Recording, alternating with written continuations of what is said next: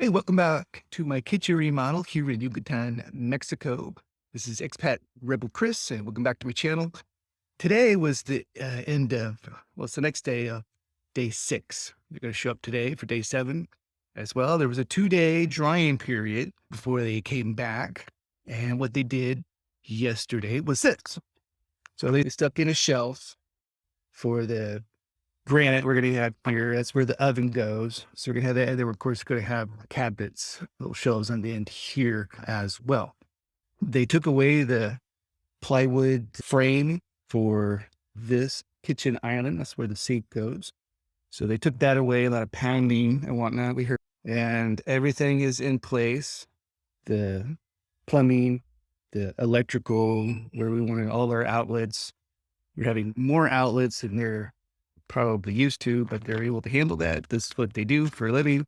And so this is all in place.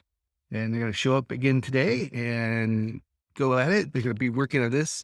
They got the rebar here. And then once this is complete, they're going to stick concrete in this, over there as well today.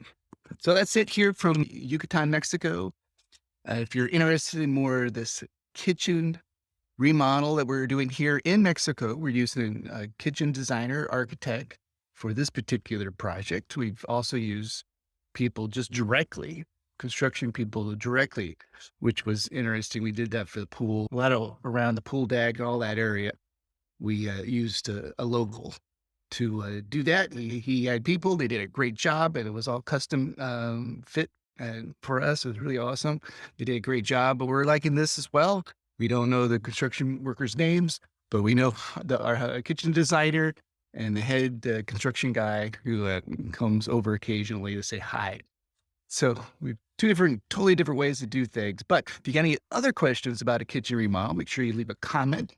And if you want to see more of these, make sure you subscribe to the channel. And if you're interested in a weekly newsletter about expat stuff, go over to expatrebel.com. I send out an email every week about expats are concerned about what we're talking about and what's going on in the world from our unique expat perspective on life. So that's over at expatrebel.com, and I will see you guys next time. Bye.